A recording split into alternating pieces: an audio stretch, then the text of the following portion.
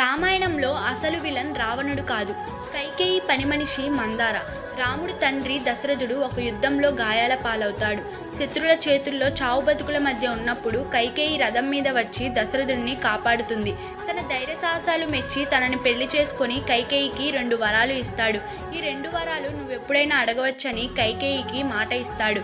కైకేయికి మంచి భర్త, అంతకన్నా మంచి కుటుంబం రావడం వల్ల ఈ 2 వరాలని ఎప్పుడూ అడగలేదు. రాముణ్ణి అయోధ్యకు రాజును చేద్దామని దశరథుడు మాట్లాడుతూ ఉండగా ఆ మాటల్ని చాటుగా విన్న మందార వెళ్ళి కైకేయికి చెప్పింది.